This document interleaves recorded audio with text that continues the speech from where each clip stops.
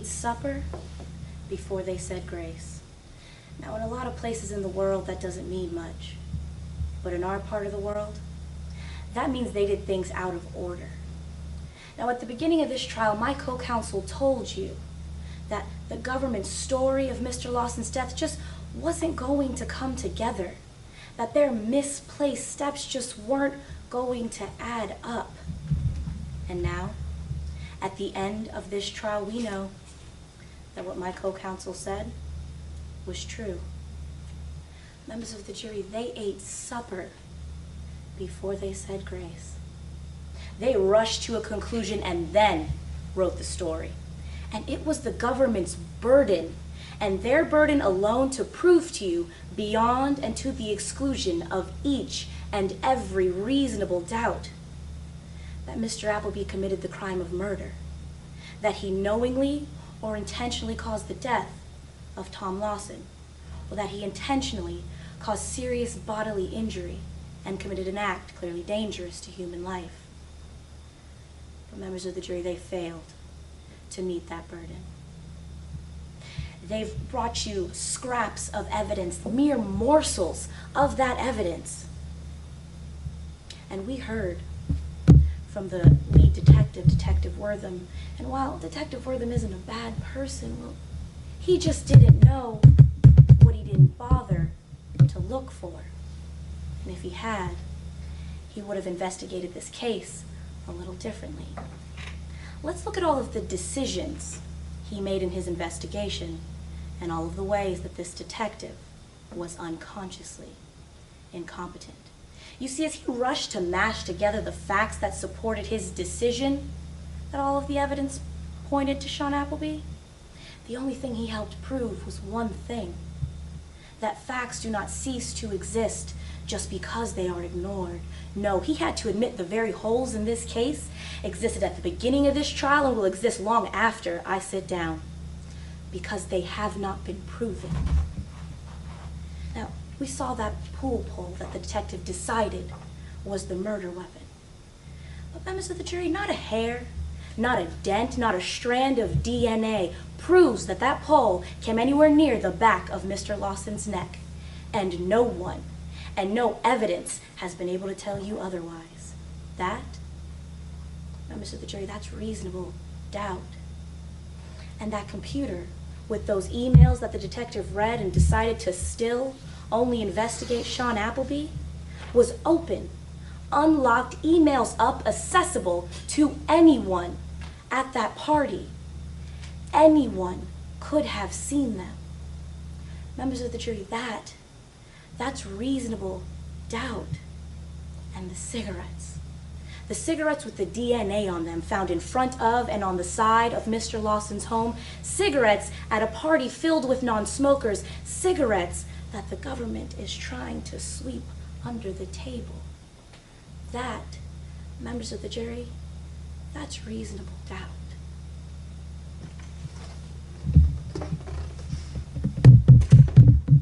And notice how they are tiptoeing away from the amount of alcohol consumed by Mr. Lawson, passing over the very fact that he was found with a blood alcohol level of 0.19.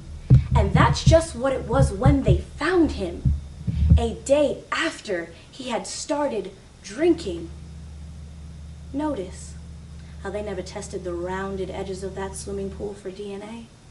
Ignored the very possibility that a man well over any legal limit could have slipped, tumbled, and bumped the back of his neck. The fact of the matter is that we just don't know. And they surely haven't proven otherwise. Now, what we do know is that the government has rushed in with impulsive conclusions, trying to force-feed you scraps of evidence in the hopes that you don't see that the only thing that has been proven here today is that Tom Lawson's cause of death was drowning. That, members of the jury, that's reasonable doubt. And now the government did have someone else rushing in right along with them. You remember the government's star witness, Drew Roberts, the one with Tom's password, the one who coincidentally, 6 months later, remembered that Sean Appleby and Tom Lawson had an argument about emails, the one who threatened Tom that if he did not change his ways, he would live to regret it.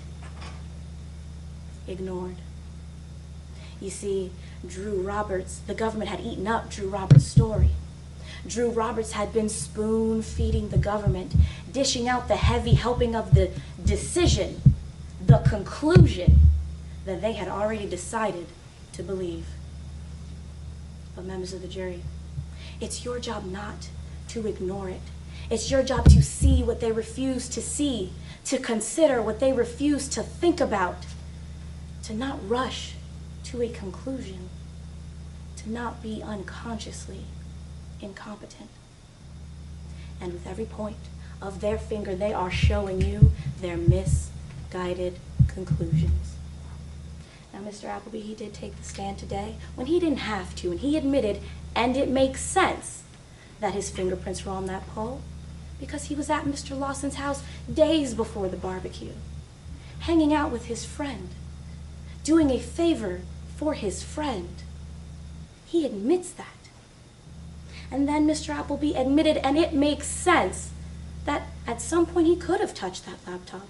He was, after all, the CFO, the second in command, so yeah, he could have touched it. And he admits that. Members of the jury, the government had a high burden, and they have not met it.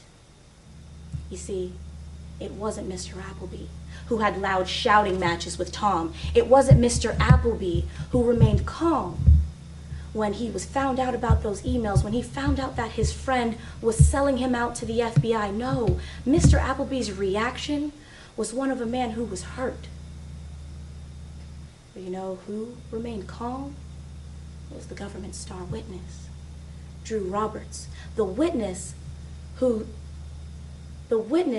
when his coworker testified, said that she stays away from him to avoid his temper. Members of the jury, all of this is reasonable doubt. That's why they have not met their burden, because the reality was on that night and remains here today. We just don't know what happened that night on the 4th of July. They certainly haven't proven it. It's all they had. It's all that they could put together, but all they had isn't enough. It's certainly not enough to decide a man's fate. It's certainly not enough to meet their high burden to prove murder. That is why there are doubts, members of the jury, and of course, those doubts are reasonable. Now, in a moment, I'm going to have to sit down, and this is the last time that I will get to speak to you. And Mr. Wade, he does get to stand up here and speak to you again. And when he does, he will try to twist somehow what I have said, but members of the jury, don't let him do that. And here it comes, because he warned you there are questions, because at the end of this trial, there are still questions to be answered. Why is the pool pole that was supposed to be the murder weapon not have Mr. Lawson's DNA on it? Why, members of the jury, why, with a blood alcohol level of 0.19, when Mr. Lawson fell in that pool with rounded edges, did they not test those round edges for DNA when they know he had a round bruise on the back of his neck? Why are they ignoring the actual DNA that they did find on that crime scene? Why are there unanswered questions at the end of this trial? In a moment, you're going to have to go back into that deliberation room.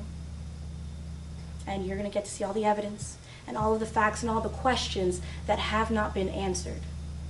And when you do, it will become clear that the government's conclusions came long before the random array of facts that they used to try to make it acceptable.